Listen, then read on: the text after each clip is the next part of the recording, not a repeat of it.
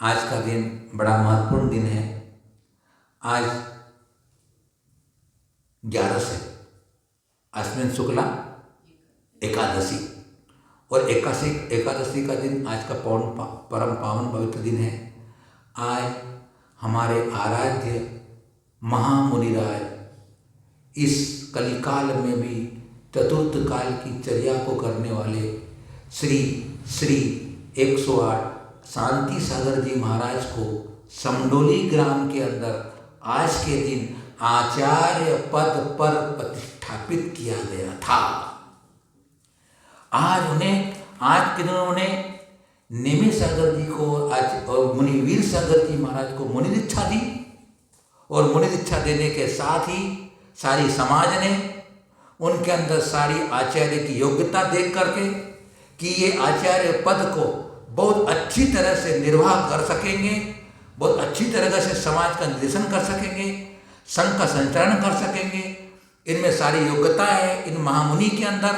इसलिए सारी समाज ने आज के दिन समडोली ग्राम के अंदर जो कि महाराष्ट्र के अंदर है वहाँ उनको आचार्य पद पर प्रतिष्ठित किया था।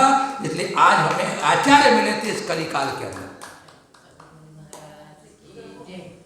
अभी तक कोई आचार्य नहीं थे, मुनि बहुत थे, मुनियों का समय बहुत सद्भाव हो गया था, लेकिन एक संघ का संचालन करने की योग्यता एक ऐसे इस व्यक्तित्व में देखी गई जो पंचाचार का पालन करने में, उपसर्ग जीतने में, परीक्षा सहन करने में, तपस्या करने में, शास्त्र के ज्ञान में, व्यवहारिक ज्ञान में शिष्यों का कैसा पालन करना, कैसे उनको संग्रह करना, कैसा निग्रह करना, कैसे अन्य मतावलंबियों के मत का खंडन करना, सारे तरह की उनके अंदर गुणवत्ता थी, सारी योग्यताएं थी, सारी महिमा थी उनके अंदर। ऐसे हमारे परम आराध्य महामुनिराज श्री शांति सागर जी महाराज आज आचार्य पद पर स्थापित हुए। इसलिए आज का दिन बड़ा पावन दिन है, महान दिन है, मंगल दिन है। आज खुशी मनाने का दिन है, आज आनंद मनाने का दिन है। हमें एक सच्चे आचार्य श्रवण शिरोमणि मिले। हमें श्रवण शिरोमणि देदीप्यमान नक्षत्र होता है, ऐसे देदीप्यमान नक्षत्र की तरह क्या महान चरित्र उनका, जिनके नाम लेने से, जिनका मन में स्मरण करने से, जिनकी छवि को निहारने से, अरे जिनकी फोटो को देखने मात्र से हमारे अंदर रोम खड़े हो जाते हैं, मन पवित्र हो जाता है, कर्मों की झड़ियां लग जाती है। ऐसे चतुर्थ काल जैसे मुनि की चर्या करने वाले हमारे आचार्य महामुनिराज आचार्य शांति सागर जी महाराज आज हमारे को आचार्य के रूप में मिले, जिनको तन से मोह नहीं था, जिन्होंने शरीर से ममता छोड़ दी थी, मानो उन्हें शरीर था ही नहीं। कैसी ध्यान की साधना, अरे जीवंत समय सार। अरे लोग समय सार की बातें बहुत करते, समय सार की बहुत गाथाएं याद भी हम लोगों को होगी, लेकिन समय सार को जीवन में उतार लेना सामान्य बात नहीं होती। मन तो जिनकी कथनी और करनी एक थी, जो कहते थे वो करते थे। ऐसे वो क्या मधुर वाणी थी उनके जब मुख से वाणी खिलती थी मानो जिरवाणी खिलती थी, मानो उनके मुख से कोमल कोमल फूल खिल रहे हो, मानो साक्षात जिनेंद्र की वाणी खिल रही हो। ऐसे कम शब्दों में अधिक बात बोलने की ताकत थी उसमें। कम शब्दों में अधिक बात बोलने की ताकत महान पुरुषों में होती है। उनकी जन्म कुंडली में था कि ये सामान्य पुरुष नहीं है, ये महापुरुष है। श्रवण बोला कि स्वामी जी चारुदत्ती भट्टारक जी कहते थे हमको कि जिस पुरुष के ऊपर, जिस व्यक्ति के ऊपर 5 बार अगर सर्प चढ़ जाए तो समझना वो युग पुरुष है, महापुरुष है, वो लोकोत्तर पुरुष है। वो आगामी भाव में सुनिश्चित तीर्थंकर बनने वाली आत्मा होगी, सामान्य व्यक्ति नहीं होते। इस विपरीत परिस्थिति में, विकट माहौल में, प्रतिकूल स्थिति के अंदर सारा देश जहाँ नग्नता को ग्लानि से देखता था, निंदा करता था, जो उन नग्न मुनियों को एक बाहर निकलने के लिए बड़ी संघर्ष करना पड़ता था, ऐसे समय में अपनी जान की बाजी लगा दी उन्होंने, अपने संयम को सूली पर चढ़ा दिया।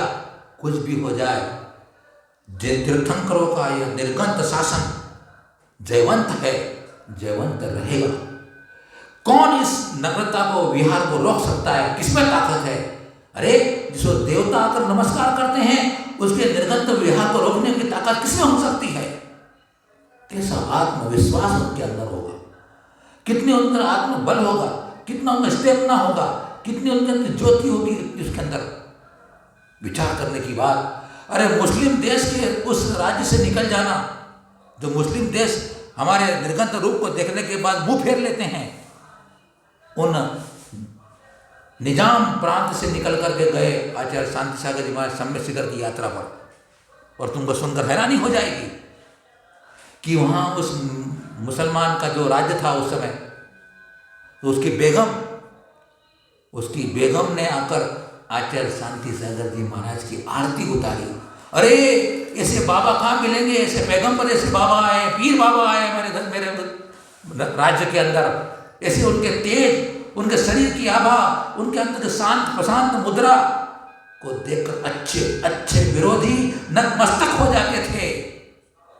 ऐसे वो महापुरुष, युग पुरुष थे हमारे। अरे उनका गुणगान जितना करो, उनका यशगान जितना करो, उनकी गुणमाला जितनी गाओ, उनकी जयमाला जितनी गाओ, उनकी जितनी माला फेरो, कम होगी, क्योंकि वे हमारे आद्य गुरु थे इस कलिकाल में, पंचम काल में। आज सारा सृष्टि, सारा देश एक उनका नाम लेता है। अगर वो नहीं होते तो इतने मुनियों का विचरण नहीं देख सकते हम। जितने हमको चलते फिरते मुनि दिखाई दे रहे हैं, उनकी परम कृपा है। तो आचार्य पद का प्रतिष्ठावन आज हुआ था। उनको आज अपने को अर्घ चढ़ाना चाहिए, उनका पूजा करना चाहिए, उनके आरती उतारना चाहिए आज के दिन कि ये आचार्य हो, भो आचार्य, आपकी कृपा दृष्टि हमारे पर भी हो। आप तो समाधि मरण करके स्वर्ग में विराजमान हो गए हो, वहाँ से आशीर्वाद दो हमको कि हम भी तुम्हारे पद चिन्हों पर चल सके। अरे तुम्हारे जैसा नहीं कर सके तो तुम्हारे गुणों का गान तो कर ले हम, कम से कम आपका नाम तो ले ले, कम से कम हमारा नाम लेने तो हमको जमा थोड़ी घिस जाएगी हमारी, है ना। अरे वचन गरीबी क्यों करें हम?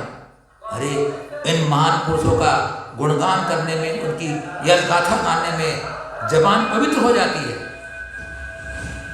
जितना उनका स्मरण करेंगे, उनकी मूर्ति को हमारे आंखों में देखेंगे, हमारे हृदय में विराजमान करेंगे बंधुओं, हमारे अंदर भी वो ताकत आएगी, हमारे अंदर भी वो चरित्र को पालन करने की प्रेरणा मिलेगी। हमारे आदर्श पुरुष थे वो।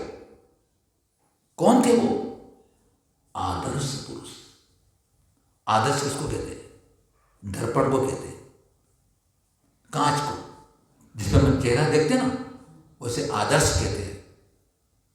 मतलब हम कांच में देख करके अपने चेहरे में अगर कोई भी कालिक लगी हो, कोई दाग लगा हो, कोई भी झुर्री पड़ गई हो, कुछ भी खराबी हो गई हो, जैसे जेब में से रुमाल निकाल करके पोंछ लेते हैं। क्यों? उस दर्पण में हमें हमारी सब जितनी कमियां हैं, बुराइयां हैं, दोष दिख रहे हैं। आचार्य शांति सागर जी महाराज का चरित्र एक दर्पण की तरह था, निर्दोष, स्वच्छ, निर्मल, पवित्र, पावन, उज्जवल। उनकी उस चरित्र के अंदर हम देखें, हम कहाँ खड़े हैं, मेरे में कितनी खोट है, कितनी कमियां हैं, कितने दोष है, कितनी बुराइयां हैं, कितने मेरे अंदर अपवाद है।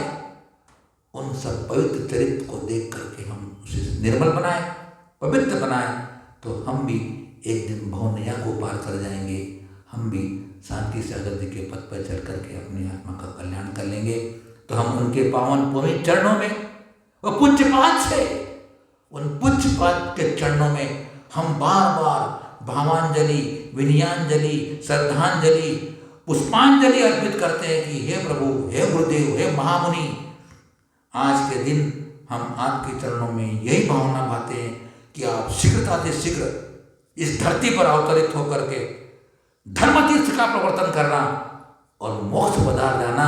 हम भी तुम्हारे पांव पकड़ के चले जाएंगे, आना तुमने भी तुम्हारे पांव पकड़ करके हम भी मोक्ष में चले जाएं, ऐसा हमको आशीर्वाद दो भगवान। अब आपसे ही कामना करते हैं। ओम नमः। सबको क्षमा, सबसे क्षमा।